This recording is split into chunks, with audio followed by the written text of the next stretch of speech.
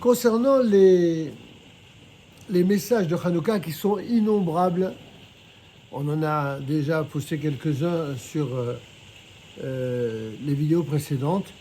Là, je souhaiterais, puisque nous sommes le premier soir de Hanouka, eh bien, vous proposer une réflexion sur un des textes centraux qui sont propres à la fête de Hanouka, que nous récitons aussi bien dans chaque Amida des 8 jours de Hanouka, ainsi que dans le Birkat Hamazon, c'est le fameux texte de Al-Hanissim.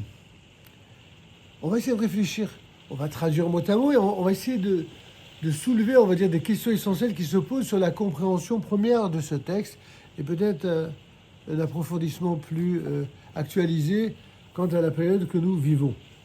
Tout d'abord, il est dit Al Hanissim ve'al Hapurkan, pour les miracles et pour la délivrance, ainsi que pour les Gevurot, pour les hauts faits de puissance, ainsi que à la Teshuot, les faits de délivrance, à la Niflaot, les prodiges, à la Nehamod, ainsi que toutes les situations de consolation, chez Hasid Alavotenu, que tu as accompli en faveur de nos ancêtres, Bayamim Haem, en ces jours anciens, ces jours de l'époque, Haem, c'est comme s'il avait dit en ces jours antiques. C'est de quel jour il s'agit? Il s'agit des jours de Hanouka. Bazeman Azé, de notre temps, certains traduisent à pareille époque, ou comme aujourd'hui. Donc déjà, le pshat, il n'est pas évident de dire Bayamim Haem, Bazeman Azé. Mais alors, mets-toi d'accord, c'est Bayamim Haem ou Bazeman Azé? C'est à l'époque ou c'est aujourd'hui? Ça fait partie, n'est-ce pas, des richesses de la langue rabbinique. Il faut savoir déjà comment comprendre. C'est déjà difficile de comprendre un feuge, mais alors comprendre un rabbin, waouh, c'est encore plus difficile. Et quand il s'agit des rabbins du Talmud ou des rabbins de Anshe Knesset Gedolah, de la Grande Assemblée, alors là, il faut carrément être profond et certainement pas superficiel. Alors on ne peut pas se contenter d'une traduction aussi sérieuse sur le plan philologique soit-elle, on ne peut pas se contenter d'une traduction superficielle. Qu'est-ce que ça veut dire Bayamim Haem Bazeman Hazeh? Nos sages nous ont expliqué que ce qui s'est effectivement passé en ces jours-là, en ces jours antiques, ce sont des miracles de délivrance.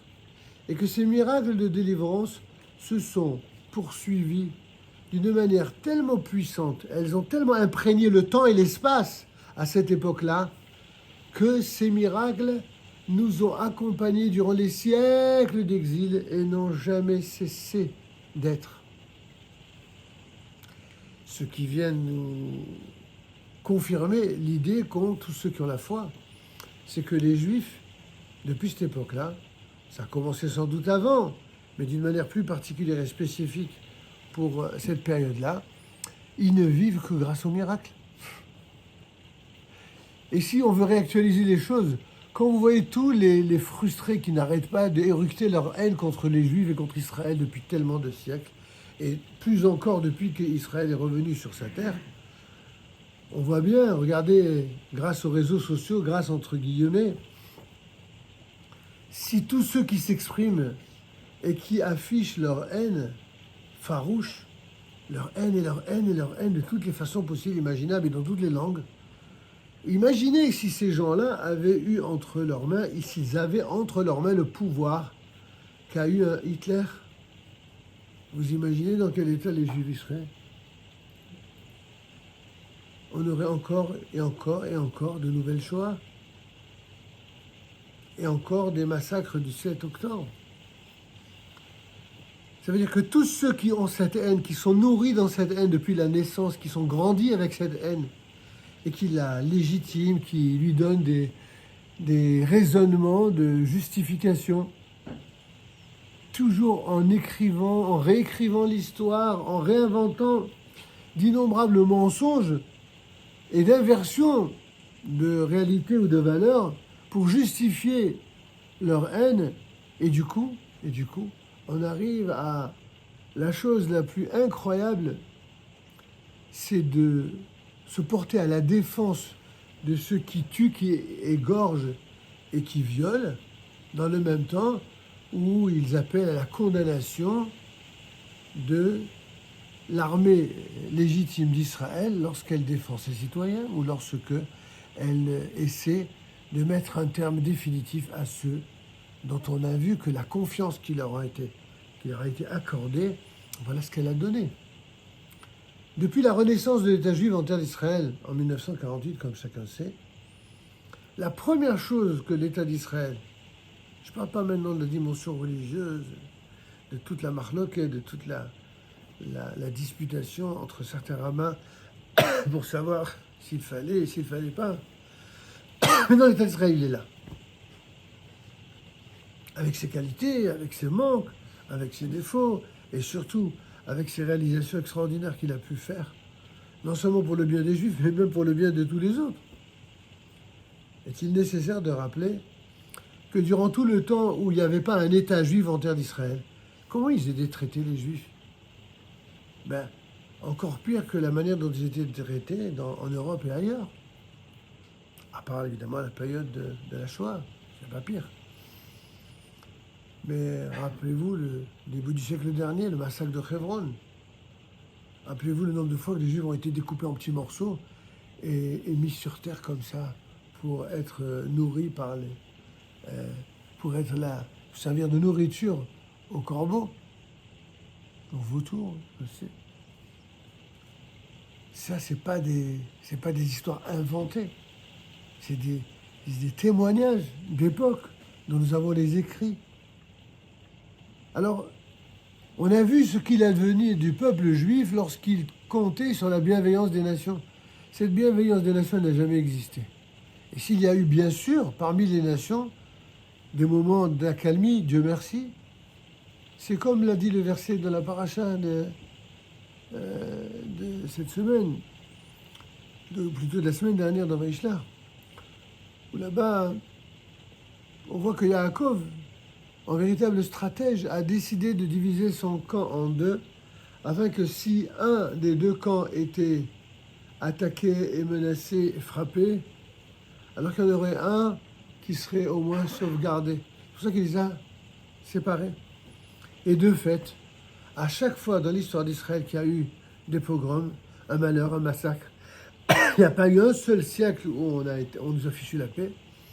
Mais chaque fois qu'il y a eu un moment douloureux, difficile, injuste chez les Juifs qui vivaient dans telle partie du globe, eh bien dans d'autres parties du globe, c'était un peu plus clément. Mais grâce à Dieu, à ce jeu-là, tout le monde a joué.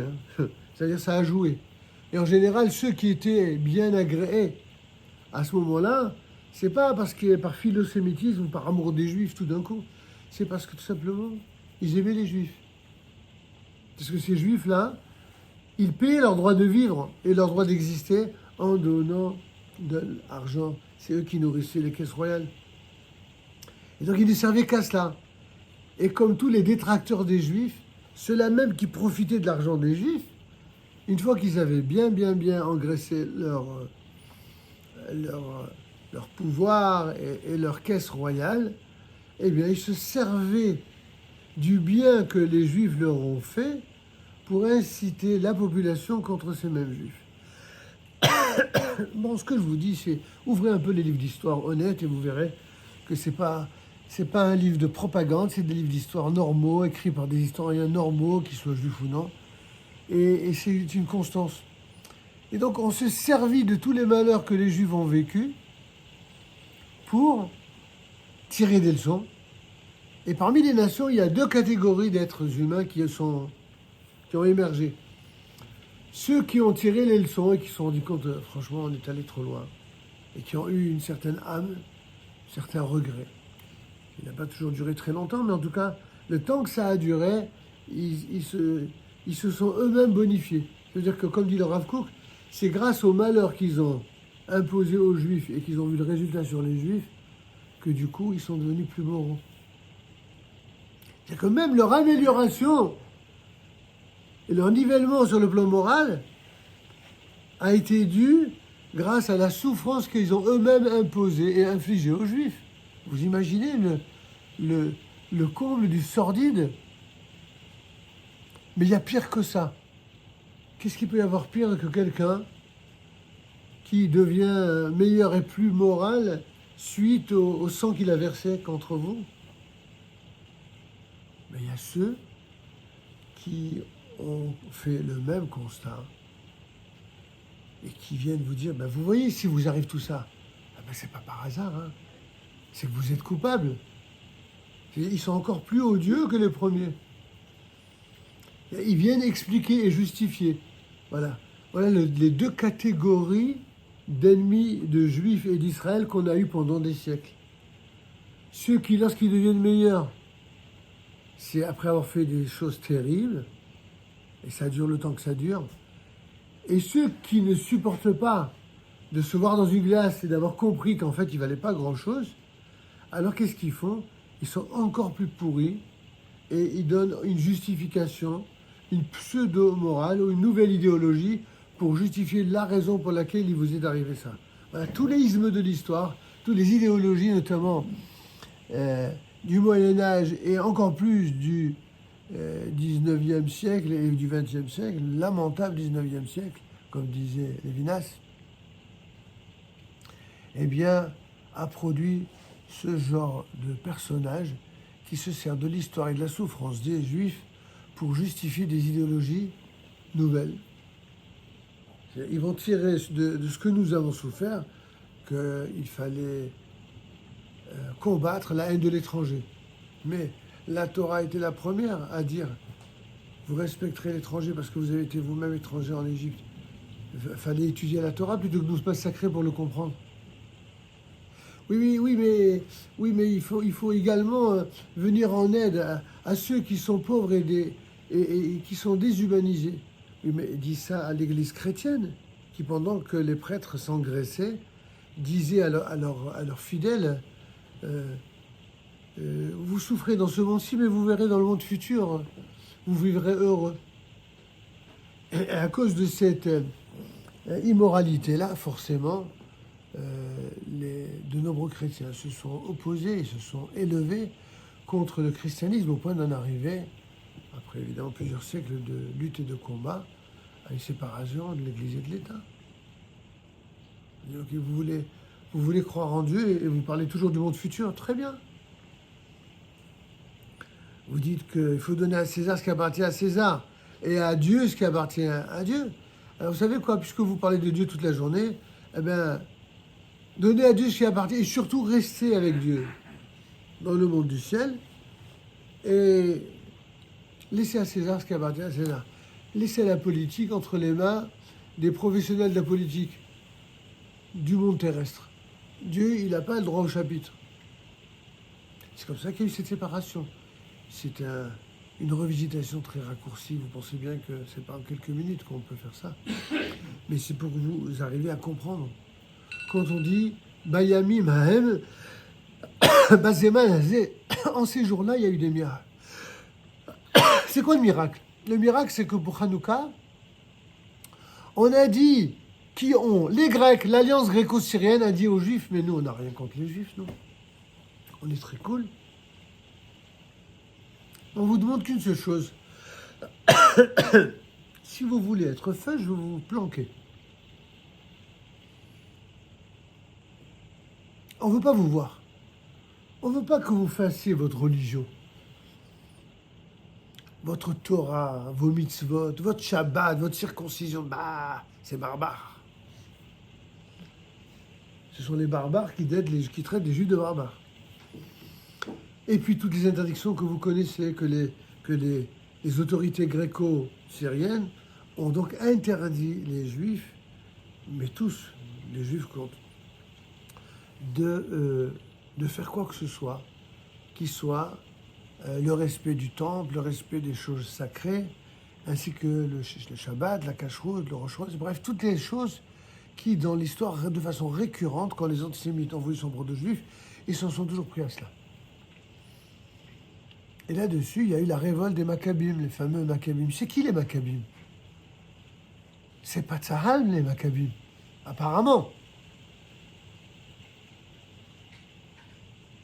En vérité, c'est oui des Tzahal de l'époque, mais il n'y avait pas d'État. Alors c'est qui? Vous imaginez? C'est une famille du Kohen Gadol. Si vous replacez, si vous retraduisez en des termes d'aujourd'hui, vous imaginez un Kohen Gadol et ses frères, tous des barbus. C'est comme si vous disiez aujourd'hui des rachés yeshivot avec leurs élèves qui étudient la Torah, ils ont et qui prennent leurs armes, que leur kalachnikov, enfin kalachnikov c'est chez les ennemis, mais qui prennent leur Uzi pour aller dézinguer les ennemis d'Israël. Qu'est-ce qu'ils ont fait eux? Ils ont dit quoi? Le peuple d'Israël est en danger, on nous empêche de faire la Torah. Dans notre propre pays, on nous traite à nous de colons. Alors si c'est comme ça, il n'y a aucune... C'est pas possible que Dieu accepte qu'on se laisse faire sans réagir. Ils se sont donc défendus, tout simplement. Et aujourd'hui, Baruch Hashem, il y a des combattants qui sont des combattants particulièrement méritants, qui ressemblent, toute proportion gardée bien entendu, aux Maccabim de l'époque. Des gens qui, comme les Maccabim, étudient la Torah toute la journée. Et des gens qui, comme les Maccabim, toute la journée, ont été capables, même s'il a fallu pour ça interrompre de manière ponctuelle leur étude, eh bien, de prendre les armes et de se porter à la défense de tous leurs frères juifs qui étaient, entre autres à Gaza d'ailleurs, mais qui étaient dans toutes les terres de Judée. Et ce qu'il y a d'extraordinaire, c'est que les gens ne comprennent pas le rapport. Les rapports de force, les rapports politiques. L'extrême gauche israélienne d'aujourd'hui, ça correspond à ce qu'on appelait les mityavnim, ceux qui s'hellénisaient, c'est-à-dire qui avaient adopté la culture grecque. Et qu'est-ce qu'ils disaient aux Juifs qui étaient prêts à se battre contre l'occupant grec? Il a dit, mais vous êtes des malades, vous êtes des extrémistes de droite. On va se faire mal avec les Grecs à cause de vous. Comme ils ont dit la même chose. Il faut vivre avec les Palestiniens. Et faire mal avec eux. Et avec les nations. Mais c'est, vous transformez, vous changez les mots, et ce sont les mêmes réalités, mes amis. Et moi, je vous le dis ainsi parce que c'est la seule manière vivante d'expliquer ce texte. Maintenant que je vous ai dit simplement l'introduction, vous allez comprendre un peu mieux, je pense. Regardez qu'est-ce que dit le texte. Après avoir remercié Dieu pour tous ses miracles, etc., rappelez-vous, Bayamim, en ces jours-là d'époque et à pareille époque aujourd'hui, qu'est-ce que dit le texte composé par nos sages? Bim et Matatia ben Yohanan, à l'époque de Matatia, fils de Yohanan, Kohen Gadol, qui était le grand prêtre d'Israël, le grand prêtre de Jérusalem, et qui faisait partie de la famille des Hashmonaïm, les fameux Asmonéens. Lui et ses enfants, Keshe Ameda Malchut Yavan Aresha'a, lorsque se dressa, les autorités grecques, le royaume grec qui était impie, Al Amecha Israël, contre ton peuple Israël, c'est nous, juifs, qui nous adressons à Dieu, chaque année pour Hanouka, sur l'institution de nos sages, de dire cette prière. Qu'est-ce qu'on lui dit à Dieu? Qu'est-ce qu'on rappelle à Dieu chaque année? On dit, tu te rends compte? À l'époque, quand je pense qu'à l'époque, lorsque s'est dressée une autorité qui n'avait rien à faire ici, elle était illégitime. Elle voulait être un État dans l'État. Elle voulait une terre pour 2 États. Qu'est-ce qu'ils ont fait? La première des choses qu'ils ont fait, ils ont tout fait pour déjudaïser. Je vous rappelle, la terre s'appelait la terre de Judée. Et ils vont nommer à l'époque des Romains Palestina. Pourquoi Palestina? Pour créer la confusion et faire croire que Palestina, c'est la terre des Philistins. Il n'y a aucun rapport, ni géographique, ni idéologique, ni de l'origine. Peut-être idéologique, oui. Et les Philistins, ce qu'ils voulaient, c'est effectivement éradiquer Israël. C'est le seul lien avec les Palestiniens d'aujourd'hui, c'est idéologique, justement. Et ils veulent que pour eux, c'est quoi la Nokba qu'ils ont inventée depuis que l'État d'Israël est né? C'est une invention qui est née de leur refus d'accepter et de vivre fraternellement, avec les Israéliens. C'est ce que les Israéliens leur ont proposé, ce que les Nations Unies leur ont proposé.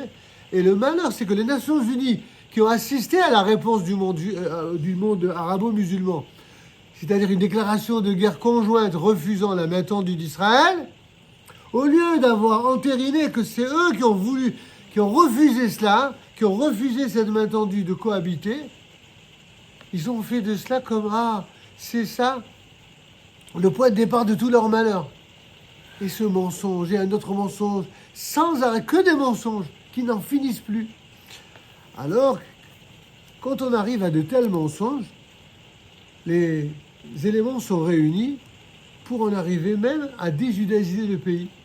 C'est exactement ce que l'extrême gauche israélienne a réussi à faire. Elle a essayé de faire. Elle a voulu dresser les Juifs les uns contre les autres pour être bien avec les Palestiniens d'aujourd'hui, exactement comme à l'époque, les Mityavenim, les hellénisants, pour être bien avec les Grecs, ils ont dit du mal de leurs propres frères juifs qui voulaient rester fidèles au judaïsme en terre d'Israël. Les Shakera Midrada, pour leur faire oublier ta Torah. On peut même dire les Shakera Mitra, pour les faire oublier de ta Torah. Il y a des sages qui les traduisent au mot à mot.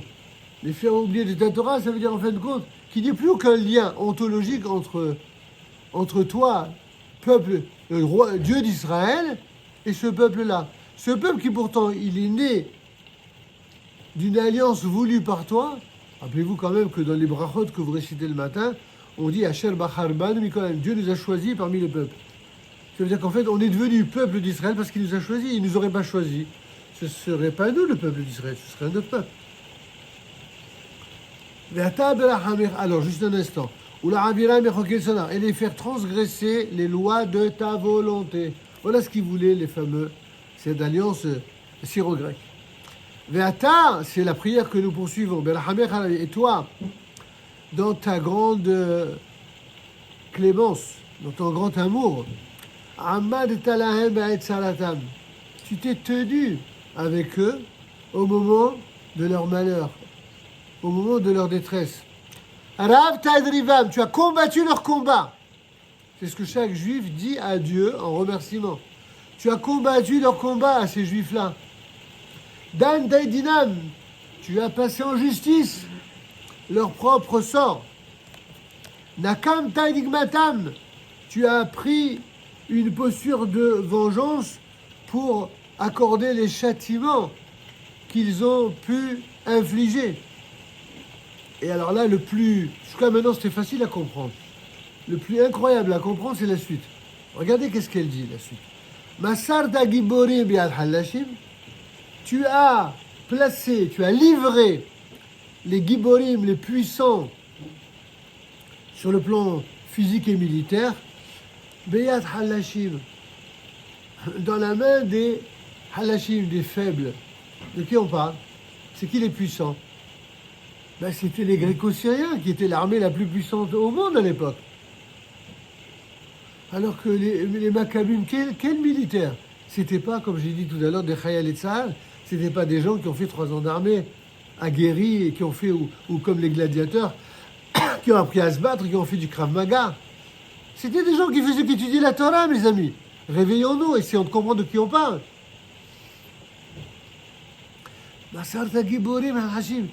Tu as liquidé les plus puissants entre les mains des plus faibles. Ok, là on comprend qu'il y a eu un super miracle. On ne sait pas comment, mais en tout cas ça a marché. Mais là on comprend beaucoup moins, mais de moins de tout, c'est Verabim Be'ad Me'atim. Et les plus nombreux, eh bien, tu les as livrés entre les mains de qui? Des Me'atim, de ceux qui étaient les moins nombreux. Je vous pose la question. Dites-moi, les Grecs et les Syriens, ils avaient beau être nombreux. Ils étaient à cette époque plus nombreux que les enfants d'Israël qui vivaient en Israël. Ils n'étaient pas chez eux. Ils venaient d'ailleurs. Quand vous avez des colons, ils viennent. Mais ils ont beau venir nombreux. Ils ne sont pas suffisamment en masse pour concurrencer avec le nombre d'autochtones. Il y a un problème là qui ne va pas. Il y avait beaucoup plus, à cette époque, je dis à cette époque, Il y avait beaucoup plus de juifs, d'hébreux comme on les appelait, en terre de Judée et d'Israël, et en Judée-Samarie et tout ça. Il y en avait beaucoup plus que ce qu'il y avait de Grecs. Et donc, que tu me dises qu'ils étaient plus puissants, armés, ok, je comprends, d'accord. Ce serait ça le miracle. Mais comment tu peux me dire que les plus nombreux c'était eux et nous on était les moins nombreux? Là, il y a quelque chose qui ne colle pas, vous n'êtes pas d'accord? Et pourtant, c'est marqué noir sur blanc par les rabbins. Donc eux, ils racontent pas de salade. Qu'est-ce que ça veut bien vouloir dire? Alors, je vais vous livrer un petit secret. Quand on dit que les plus nombreux ont été placés entre les mains des moins nombreux, si vous voulez comprendre la réalité d'aujourd'hui, c'est que si vous associez l'extrême gauche israélienne anti-juive, plus les Palestiniens anti-juifs et israéliens, plus tous les copains de l'ONU, qui sont les plus nombreux. Vous comprenez mieux maintenant? C'est ce qui s'est passé à l'époque. À l'époque, même si les juifs étaient numériquement plus nombreux à vouloir vivre de manière juive sur la terre d'Israël, politiquement, ils ont été réduits à néant. Parce que c'est exactement ce que souhaitent tous ceux qui veulent deux États à l'intérieur d'une même terre juive, lorsqu'ils savent pertinemment que l'un des deux, la seule chose dont ils rêvent et sur laquelle ils travaillent du matin au soir, jour et nuit, c'est de l'intérieur de détruire l'État en question. C'est exactement les mêmes éléments, mes amis. Je ne fais pas la réécriture de l'histoire. Je vous fais ce que d'aucuns appellent la... comment ils appellent ça? Décryptage. Un décryptage. Selon, évidemment, des éléments modernes d'appréciation sur une réalité d'époque qui, en vérité, est très, très, très commune. Et effectivement, ceux qui étaient prêts à se battre à la fois pour la terre d'Israël, pour la Torah d'Israël et pour le peuple d'Israël, ils étaient tenus en minorité. C'est ça le pshat. Que ceux qui étaient plus nombreux, tu les as liquidés, tu les as placés entre les mains des moins nombreux. Et si ça, c'est pas un miracle, mais c'est le même miracle qu'on est en train de vivre, mes amis. Qu'est-ce qui se passe depuis 20 ans? Qu'est-ce qui se passe depuis la déclaration d'Oslo, là, de 1993? Ça fait plus que 20 ans, 93, ça fait 30 ans, depuis 30 ans. Depuis 30 ans ont été écrits, signés ce processus de massacre des Juifs qu'ils osaient appeler un processus de paix. Qu'est-ce qui s'est passé? Ils ont remis entre les mains de nos ennemis une bande de terre qui a toujours été juive. Vous savez que Gaza en fait partie. Gaza, vous avez entendu parler d'un des grands Talmidei Chachamim qui a écrit le fameux Yaribon Alam Ve'almaya et tout un tas d'autres d'ailleurs piyutim qu'on chante le Shabbat. C'est le rabbi Israël Nadjara. Rabbi Nadjara, il était grand rabbin de Gaza. Mais tout ça, vous n'allez pas le lire dans le livre d'histoire. Parce que tous ces menteurs, ils ont tout enlevé. Il a fallu que, Baruch Hashem, nos soldats retournent à Gaza pour que, en déblayant un peu le terrain, ils ont redécouvert les carrelages qui ont été recouverts par de nouveaux carrelages, la spécialité de ceux qui sont toujours venus en Israël, des carrelages de l'ancienne synagogue de Rabbi Nadjara, qui était grand rabbin de Gaza. Ils ont redécouvert cela, ils ont redécouvert plein de choses. Tout d'un coup, ils se sont transformés en archéologues aussi, les militaires. Et ils ont fait réapparaître que cette terre, elle est tellement une terre juive que tous les menteurs qui n'ont cessé de verser le sang dessus, ces menteurs sont et seront sans cesse décriés et démentis par la réalité de cette terre, qui est une terre de vie. Alors c'est ce que dit la suite. Donc les plus nombreux sont tombés entre les mains des moins nombreux. Rechaim be'atzadikim, les impies entre les mains des justes. les Tmeim et Théorim, ceux qui étaient impurs par leur comportement immoral, eh bien, entre les mains de ceux qui étaient purs, et dans leur comportement et dans leur vie, humaine et affective, qui vivaient dans l'état de pureté. Les Édim, et ceux qui sont venus pour agir avec préméditation en mal contre Israël, Beyad Roské de la Decha, ils sont aux mains entre les mains de ceux qui s'employaient à ta Torah. Juste une petite remarque grammaticale que mon père me faisait toujours. Normalement, on aurait dû dire, pour traduire exactement comme j'ai traduit, non pas Beyad, mais Bidé, entre les mains d'eux. Bidé en hébreu, ça veut dire entre les mains d'eux. Mais il n'y a pas marqué Bidé, mais Beyad, entre la main. C'est la main invisible de l'Éternel. Comme il dit Yad Adonai Hoya, Beyad Hazaka, comme pour la sortie d'Égypte.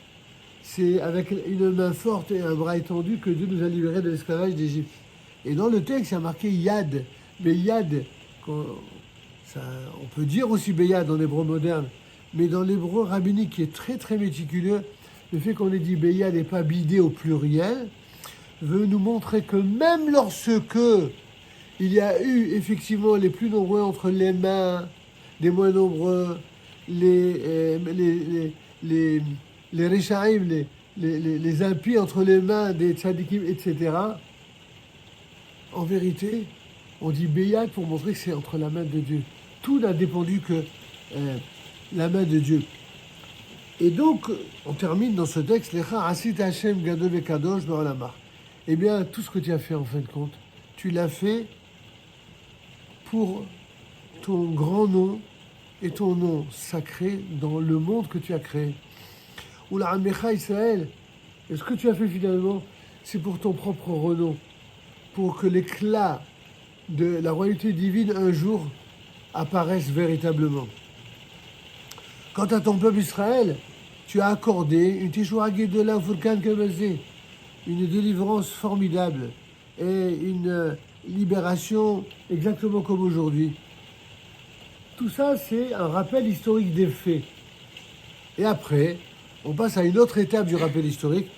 Et après tout cela, après qu'il s'est produit, donc tous ces miracles liés à la façon de faire la guerre contre les ennemis, Ba'u banecha lidber vetecha. Tes enfants sont venus dans le sanctuaire de ta maison, c'est-à-dire dans la partie la plus sacrée de ta maison. Ufinu edechalera. Et ils ont nettoyé, ils ont libéré ton sanctuaire. On parle du temple. Ils ont purifié ton sanctuaire. Ils ont allumé les lampadaires, les lumières, les lampes des parvis de ta sainteté, de ton sanctuaire. Plusieurs manières de dire le sanctuaire dans le langage biblique et rabbinique. Et donc, puisqu'il s'est produit tout cela, ils ont fixé les 8 jours par le Hallel et par la Hoda'a et par le remerciement. Et tu as accompli en leur faveur des miracles et des prodiges. Et pour tout cela, pour tout cela, on te remerciera à jamais ton grand nom. Question.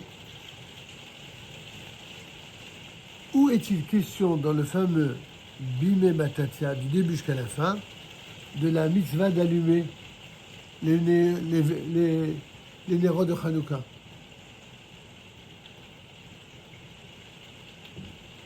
On nous dit juste que on ne parle pratiquement que de la fameuse réussite et de cette victoire militaire. Après, on dira, effectivement, ils ont annulé des nérodes, ils ont allumé des nérodes. Mais ce allumer des nérodes, c'est la conséquence des remerciements que ces mêmes Maccabim ont voulu rendre hommage pour remercier Dieu des miracles qui leur ont permis de gagner leurs ennemis. Vous comprenez cela? Donc si on voit dans l'ordre, dans ce texte, C'est bien que dans la Gemara, il y a un autre ordre de priorité. On expliquera le pourquoi et le comment quand on étudiera dans une autre vidéo que je vous promets, la semaine prochaine. Mais ici, pourquoi j'ai commencé par ce texte? Parce qu'il est le plus incroyable et le plus insolite. Tous ceux qui, pour des raisons idéologiques, ont toujours gâché la lumière de Hanouka en faisant croire que la seule chose qui comptait dans ce miracle, c'est le fameux miracle de la fiole d'huile. Mais la victoire militaire, ils avaient trop peur que ce soit récupéré par Tsahal. Donc, ils en parlaient pas. Mais non, c'est rien, c'est anecdotique. Mais qu'est-ce que tu racontes? Si c'est anecdotique, pourquoi ils ne parlent que de ça? Pourquoi ils ne parlent que de la victoire militaire? Si les Chachamim, ils ont mis ça en valeur, c'est pour nous dire que lorsque ceux qui se battent sont justement des gens de Torah, qui comprennent pourquoi ils se battent, qui se battent effectivement pour la lumière, qui est la lumière de la Torah, là-dessus on n'a absolument aucun désaccord, alors les miracles se produisent. Et qu'il y a plusieurs. Alors si on a du respect pour tous ceux qui se battent, parce que pour moi, tous ceux qui se battent pour sauver la flamme d'Israël, même si c'est pas au nom de la Torah, et même s'il n'est pas religieux, et même s'il peut se tromper idéologiquement, et je vais plus loin, même si c'est quelqu'un d'extrême gauche et un copain des Grecs, tant que il risque sa peau pour le peuple, ça me suffit de le considérer, celui-là, comme quelqu'un de formidable et comme un tzaddik. J'ai pas besoin de chercher. Ça, c'est le bon Dieu qui fait ses comptes à chacun. Pas besoin de chercher des comptes. Mais à l'inverse, ceux qui sont des vrais tzaddikim et des méritants, qui associent à la fois et le combat et l'étude, de les mettre comme s'ils étaient des moins que rien, de les traiter avec condescendance, comme ont fait certains dans cette nouvelle génération. Ah, quand ils ont eu peur pour eux, que tout d'un coup, ils ont vu ce que la bête immonde était capable de faire en s'en prenant à toutes les populations, hein, comme à l'époque d'Hitler, les ennemis d'Israël. Ils ne font pas de distinction entre un juif qui soit religieux ou pas religieux, séfarade ou ashkénaze, avec une barbe, un streimel, ou un imberbe avec un coucou derrière la tête et un piercing. Il n'en a rien à foutre de tout ça, lui. Et l'antisémite, ce qu'il veut, c'est faire couler le sang juif. Donc vous êtes en train de continuer à vous traiter les uns les autres comme la manière dont les ennemis d'Israël vous traitaient en exil. Vous avez compris pourquoi le miracle de Hanouka, au-dessus de tous les autres miracles, c'est qu'il y ait des Juifs qui soient prêts envers et contre tous les ennemis extérieurs et intérieurs de se battre pour sauvegarder l'unité d'Israël autour de ceux qui constituent la bénédiction pour le peuple d'Israël, à savoir son unité entre le peuple, la Torah et la terre. C'est ça la bracha, c'est ça la protection divine, c'est ça la main de Dieu dont on parle ici. Et ceci vaut aussi bien pour les juifs de naissance que les juifs qui deviennent des juifs, d'adhésion, d'adoption. Toujours les gens font de la différence entre les convertis et les juifs de naissance. Vous savez, il y a deux types de personnes qui font cette différence. Il y a des juifs qui ont du mépris pour la Torah. Le même mépris qu'ils ont pour la Torah, ils l'ont pour les convertis. Parce que ça les énerve de voir que très souvent, les personnes qui sont des vrais convertis, ils sont beaucoup plus pieux qu'eux. Ils sont beaucoup plus méritants qu'eux. Ils voient que ces personnes, pour devenir juifs, ils étudient, ils vont à des cours pendant 1 an, 2 ans, 3 ans, et même parfois plus. Et leur sérieux les dérange. Leur sérieux les met mal à l'aise. Donc ça, c'est les juifs que j'appelle antisémites. Alors, ils sont antisémites. Ils sont non seulement antisémites chez pour ceux qui respectent la Torah et les mitzvot, ils sont antisémites chez ceux qui veulent devenir juifs normaux, bien. Ça, c'est une première catégorie de ces fameux, soi-disant, mauvais juifs. Il y en a d'autres, c'est pour une raison apparemment complètement différente.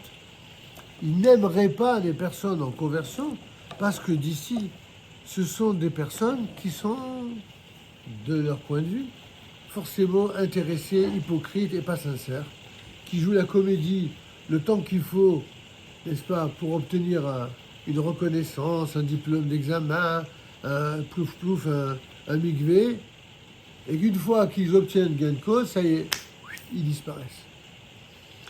Ces exagérations, elles ne sont pas nées de rien, évidemment, vous le savez. Malheureusement, c'est vrai que c'est comme ça que ça arrive parfois. Mais la Torah, elle ne demande pas de transformer un tribunal de conversion en tribunal d'inquisition. Elle ne demande pas de transformer un tribunal qui, en son âme et conscience, va jauger un candidat sur une durée durant laquelle il va faire des efforts, et où, dans l'ensemble, Baruch Hashem, en tout cas, je ne sais pas ce qui se passait il y a 30 ans, ou il y a avant 30 ans, mais moi je peux témoigner de ce qui se passe depuis au moins 20 ans, même 30 ans, mais depuis 20 ans où je suis un peu plus dans les affaires de conversion. La majorité des étudiants qu'on a eu passer devant nous, je dis bien la majorité, je n'ai pas dit la totalité, la majorité sont des gens qui nous font honneur et qui sont sérieux et qui sont sincères. Et que quand parfois ça a mal tourné, ça n'est pas tant parce qu'ils ont voulu changer, mais parce que le conjoint qu'ils avaient eu la mauvaise idée d'épouser ou de s'enticher d'amour, c'est eux qui leur ont pourri la vie une fois qu'ils sont devenus juifs. Ils les ont pourri la vie pour le rester. On dirait, c'est bon, maintenant ça va, on a pu se marier, tu vas pas... Hein. C'est pour ça que je mets toujours en... Je m'adresse à toutes les personnes en conversion qui écouteraient cette vidéo. Quand on se convertit au judaïsme, sachez qu'on n'est pas seul, on est deux. C'est non seulement la personne en conversion, mais c'est aussi la personne juive qui est tombée amoureuse de cette personne. C'est qu'en fait, s'il est tombé amoureux d'une personne qui n'est pas juive, c'est que son judaïsme, il laisse à désirer, c'est le moins qu'on puisse dire. Sinon, il n'aurait pas, non pas que je ne dis pas, et c'est pas une offense, vis-à-vis d'une personne non juive qui est formidable sur le plan humain et qui a de bonnes raisons d'être attirante sur le plan humain, et c'est pas le problème, c'est pas là le débat du tout. Il y a des gens qui sont formidables parmi les non-juifs, et vous en faites certainement partie, mais vous n'êtes pas les seuls. Il y a des gens formidables qui, Dieu merci, restent de bons goy. Et ça veut dire quoi? Qu'un goy, quand il est goy, il est forcément antisémite. Mais qu'est-ce que ça veut dire ça? Ce serait une insulte généralisée à tous les goyim. Mais pas du tout. L'un de mes meilleurs amis d'enfance, c'est un Corse qui n'est pas juif. Et c'est vraiment un de mes meilleurs amis d'enfance que j'ai même pris comme témoin à mon mariage civil, bien sûr. Et qui était très touché. Et j'ai dit, mais je ne peux pas trouver mieux comme témoin civil pour un acte civil que quelqu'un qui était un amoureux fou du judaïsme, qui s'est toujours intéressé au judaïsme à un point tel qu'il venait régulièrement au cours de Torah pour le Seudah Shlichit. Et quand vous savez, il y a toujours des juifs qui arrivent dans certaines synagogues qui se mêlent de ce qui ne les regarde pas. Et ils vont le voir et lui disent, mais dis-moi, depuis le temps que tu viens, depuis tant d'années que tu assistes à des cours de Torah, tu es devenu rabbin toi déjà maintenant. Tu te convertis pas au judaïsme? Et il a redonné une réponse qui m'a rendu fier, vous ne pouvez pas savoir. De lui, fier de lui. Il avait écouté les cours de mon père de Torah et il dit, mais vous n'y êtes pas, mes amis. J'ai la chance d'être un super goy grâce à la Torah que j'ai appris du Rav Zini. Pourquoi voulez-vous que je devienne un mauvais juif alors que je suis un super goy? C'est ce que votre père il m'a appris. Et les mecs, ils ne savaient pas où se placer. Il dit, je préfère être un bon goy qu'un mauvais juif. Hein, si vous voyez ce que je veux dire. Et il les regarde dans le droit les yeux. Et il dit, vous êtes juif, vous avez la chance d'être né juif, et vous faites semblant, vous prenez la voiture, vous la cachez le Shabbat. Et vous venez me demander à moi pourquoi je... Mais moi j'ai envie de continuer à prendre la voiture Shabbat. Parce que moi, la Torah ne me demande pas à moi, Goy, de ne pas prendre la voiture Shabbat. J'ai envie de kiffer, comme vous dites. d'aller aller faire mes courses le Shabbat et d'aller faire un tennis le Shabbat. Et en même temps, je veux respecter ce peuple extraordinaire qui est là pour nous apporter la lumière. Quand il aura fait une rachat, quoi, carrément. Les mecs, il leur a fermé la bouche. Alors il m'a regardé après comme ça, il m'a fait un clin d'œil, il me dit alors j'ai fait un kiddush Hashem ou pas? Il était tout gracieux là. Et je lui dis attends, j'ai fait un super kiddush Hashem. Et pour la peine, c'est toi qui seras mon témoin de mariage. Voilà l'histoire. C'est pour ça que je vous dis, vous savez, la Torah, ce qu'elle veut, c'est l'authenticité, la sincérité. Tous les blablas et les palabres de ceux qui sont des gens qui portent des masques. Quand les gens portaient des masques pour le Covid, au moins, ça avait une raison. Mais il y a des gens, avant, pendant et après, ils portent toujours des masques. Ils sont invisibles, mais c'est des masques. Ils ne sont jamais eux-mêmes. Donc ce à quoi on assiste aujourd'hui, c'est qu'il y a des gens, effectivement, qui portent des masques. Et les rabbins ne sont pas toujours en mesure, évidemment, de savoir à 100% si celui qui est devant nous, si c'est quelqu'un de sincère ou quelqu'un d'hypocrite. Donc, ils essaient par des règles qui sont des règles prouvées, approuvées, recommandées, et surtout qui sont tenues par des contrats. Le jour où vous allez au mikvé, vous allez vous engager à accomplir toutes les mitzvot, en sachant que vous allez signer, et que si vous transgressez votre engagement, votre conversion sera caduque. C'est tout ça que vous allez signer, mes amis. Qu'est-ce que vous croyez? Donc, il vous pousse à rester fidèle à votre engagement. Et certains, malgré tout, ils font croire que tous ceux qui s'engagent sont hypocrites, etc. Ben moi, je fais partie de ceux qui disent, ben non. Dans la vie, on n'a pas le droit de traiter comme ça d'hypocrites des gens qui s'engagent. On doit donner l'occasion à ceux qui souhaitent s'engager de prouver qu'ils sont sincères. Et s'ils ne le sont pas, ben ils auront des comptes à rendre à Dieu et à leurs amis juifs et à leur famille juive et à leurs amis non juifs et à leur famille non juive. C'est à eux de s'arranger avec leur conscience, leur miroir, et puis ils les regardent des uns et des autres. C'est un engagement, c'est une responsabilité. C'est pas, je dis toujours, et je terminerai là-dessus pour ce soir et sur cette question, les Juifs ne doivent pas être des grands acteurs au cinéma Hollywood, même s'il y en a beaucoup. Ils doivent pas être des grands acteurs de théâtre. Les Juifs doivent être des grands acteurs de la vie, des acteurs du réel. C'est ça être un Juif. Que ce soit un acteur de naissance ou un acteur d'adoption. Celui qui décide de devenir juif, Baruch haba. Bienvenue au club du bonheur d'être juif, comme on l'a déjà dit plusieurs fois. Bon, on a été suffisamment long pour ce soir concernant notre message de Hanouka. On va passer sans plus tarder à la suite de nos dynimes de Shabbat.